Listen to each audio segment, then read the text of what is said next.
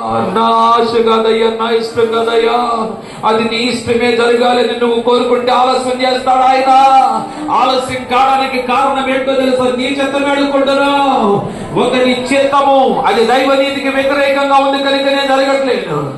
ఆయన చిత్తము నీ పట్ల జరగాలంటే అందరూ నోరు తెలుసుకుందాం, ప్రభువా నా పట్ల నీ చిత్తమేమైనదో, నీ చిత్తమే నా పట్ల జరుగునుగాక, నీ చిత్తమే నా పట్ల జరగాలయ్యా అడుగుదా. నోరు తెరిచి ఒక చిన్న ప్రార్థన చేద్దాం. వాక్యం అయిపోయింది, వెళ్ళిపోతున్నా. ఈ రోజు ఒక విశ్వాసం కలిగినటువంటి వాడుగా దేవుని లేఖనం తెలియజేస్తున్నది. ఆహారం వద్దు, భౌతిక అవసరాలు వద్దు, ఈ లోక సంబంధమైనటువంటిది ఏది కూడా మనకు వద్దు.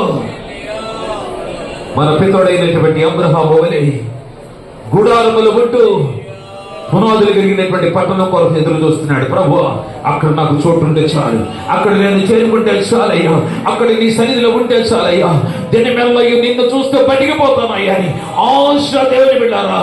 అబ్రహామును లోకములు అన్ని విషయములలో ఆశీర్వదింపబడేటువంటి స్థాయిలోకి దేవుడు తీసుకొచ్చాడు. చప్పలు కొడతా. అబ్రహామును ఆశీర్వదించిన దేవుడు ఈ రోజున దేవుని బిడ్డారా అద్భుతాలు ఆశ్చర్యాలు జరిగిస్తుండగా, సూచక క్రియలు ఆయన జరిగిస్తుండగా, భవిష్యత్తును ముందుగానే తెలియజేస్తుండగా సిద్ధపడవా సిద్ధపడవా సిద్ధపడవా.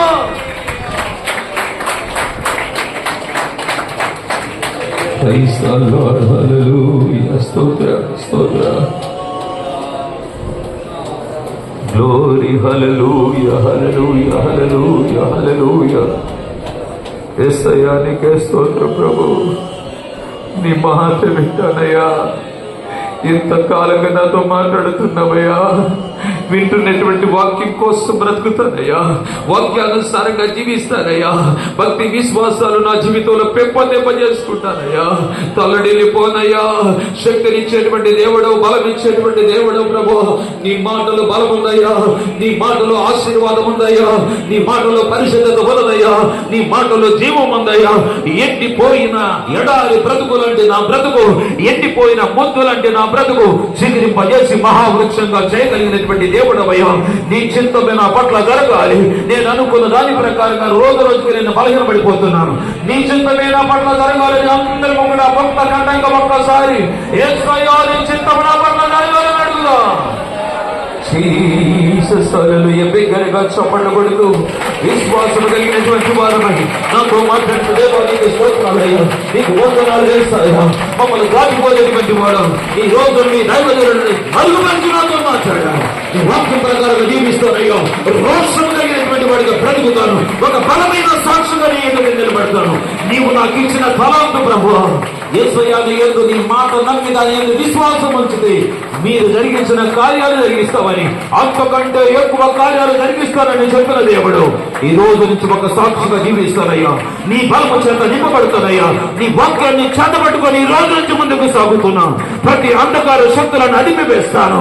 లోకములో ఎదురవుతున్నా లోకాశ, నేత్రాశ, జీవకుటుంబాన్ని యేసు నామములో లైవ్ చేసి ఒక బలమైన పాత్రగా ముందుకు దూసుకుని వెళతాలి అని దేవుని సంగ ఒక తీర్మానం చేత. ప్రైజ్ ది లార్డ్, హల్లెలూయా హల్లెలూయా.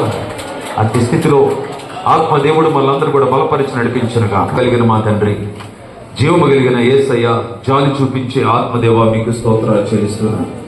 ఇంతవరకు నైనా మీ సన్నిధి మాకు తోడుగా వచ్చి ఈ 11వ మాసం నైనా 3వ పునరుత్థాన దినం వరకు మమ్మల్ని అందరూ కూడా క్షేమకరంగా నడిపించి యేసయ్య మోమాటం లేకుండా మాట్లాడేటువంటి మాట నీ బోధ బాధగానే ఉంటుంది, కానీ అది శాశ్వతమైనటువంటి ఆశీర్వాదాలు, శాశ్వతమైన మేలునైనా మేము పొందుకునే విధంగా చేస్తుంది అని మేము విశ్వసించి ప్రభా మీ మాట ప్రకారంగా జీవించే